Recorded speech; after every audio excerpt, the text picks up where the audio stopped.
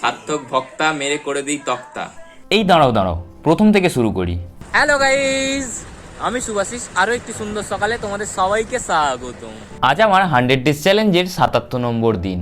কাল অনেক রাত করে ঘুমানোর জন্য আজ সকালে লেট করে উঠে এখন কফি বানালাম। আর এদিকে আমার বোন বলে, এত সকাল সকাল কে কফি খায়? আমি বলি, কেন আমি খাই? এই বলে সাইকেল চালিয়ে মাসি বাড়ি এসে আগে খাওয়া দাওয়া আরম্ভ হয়ে গেল। তারপর পাঠিয়ে দিল মুদিখানা দোকানে, বলে জিরে মৌরিটা আগে এনে দে। তাই জিরে মৌরিটা আগে নিয়ে এলাম। সার্থক ভক্তা মেরে করে দিই তক্তা, তাই তো?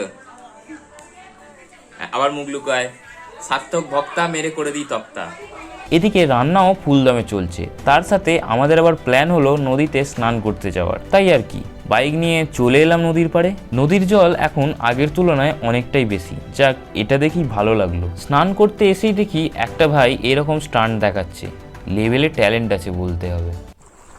ভাই সাব সেরা, আমরা কবে থেকে ট্রাই করি এগুলো, গজব, আমার দ্বারা হয়নি কোনোদিন। এ ভাইকে এগুলো করতে দেখে আমারও মোটিভেশন একটু বেড়ে গেল। তাই আমারও ইচ্ছা গেল এগুলো করার, তবে সাহসে কুলোচ্ছিল না। তাই আমি নিজের জিনিসটাই শুরু করলাম। আমার সাথে এই ভাইটাও চেষ্টা করছিল হ্যান্ড ব্যালেন্স করার, বাট হচ্ছিল না। তারপরে এই ভাই বলল শীর্ষাসন করতে পারি আমি, তাই সেটাও করার চেষ্টা করছিল। হোক বা না হোক, চেষ্টা করাটাই তো সব থেকে আগে।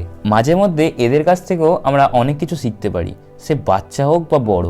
আজ আর বেশিক্ষণ জলে না থেকে উঠে পড়লাম, কারণ শরীর খারাপ হয়ে গেলে প্রবলেম হয়ে যাবে। তারপর এখান থেকে বাইক নিয়ে বাড়ি পৌঁছে সবাই মিলে একসাথে বসে ভাত খেয়ে নিলাম।